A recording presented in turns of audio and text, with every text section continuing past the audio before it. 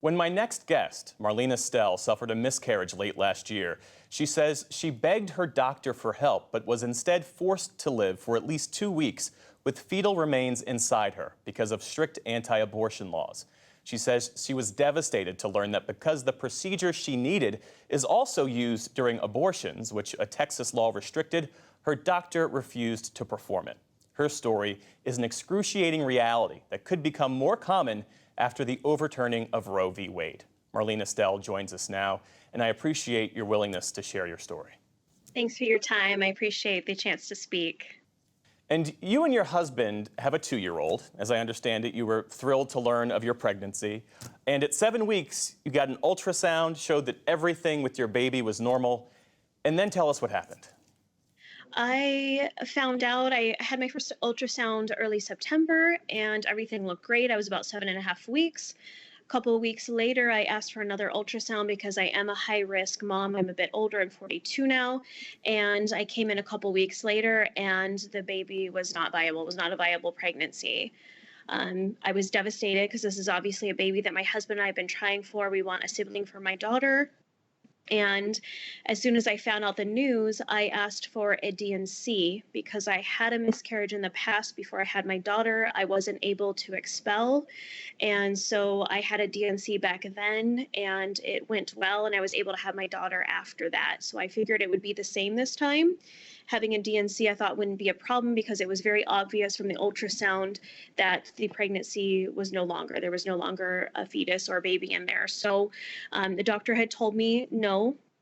And before she could even give me any intervention at all, I had to go to get another ultrasound at another place. And so that's what I did is I called around and got an ultrasound somewhere else and came back to the doctor.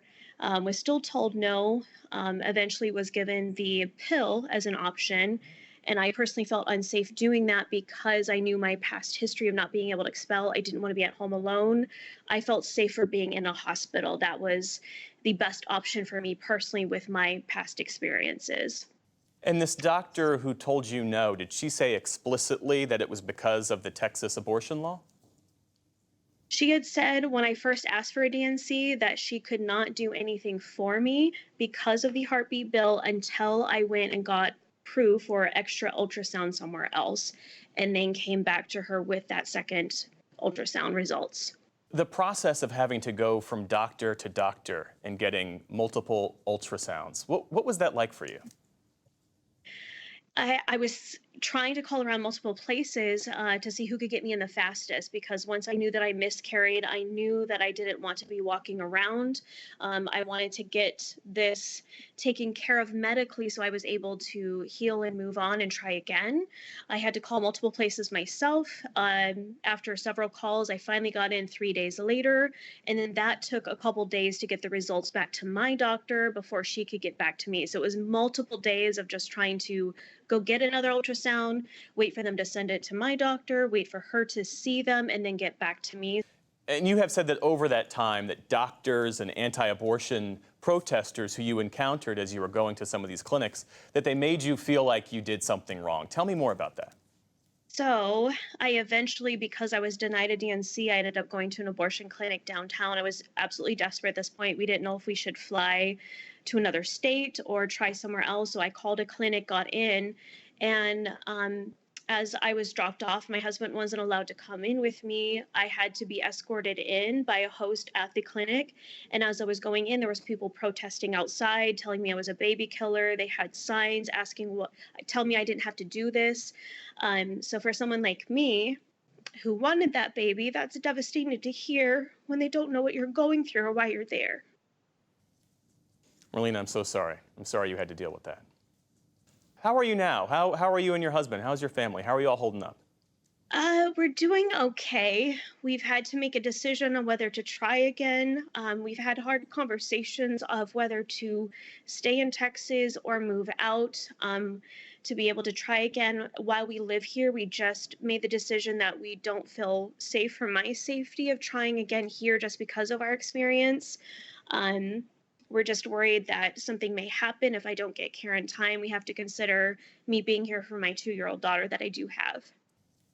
Why are you sharing your story? I mean, I think you could be forgiven if this was something that you kept to yourself and didn't share with the American public. Why do you feel compelled to let people know what you experienced?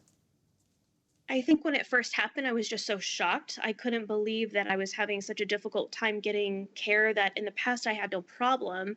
So I wanted to share that story because I wanted to know if there was other women going through that.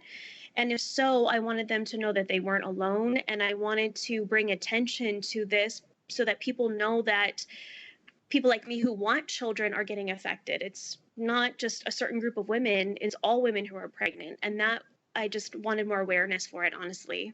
How has this experience changed you? I'm a bit more skeptical now and obviously emotional, still trying to heal from all of that. Um, I'm in shock, honestly. I don't know what else to say other than I don't understand how this is happening. And it makes me sad to see many stories of other women who are going through being denied care too. I just feel that it's not right.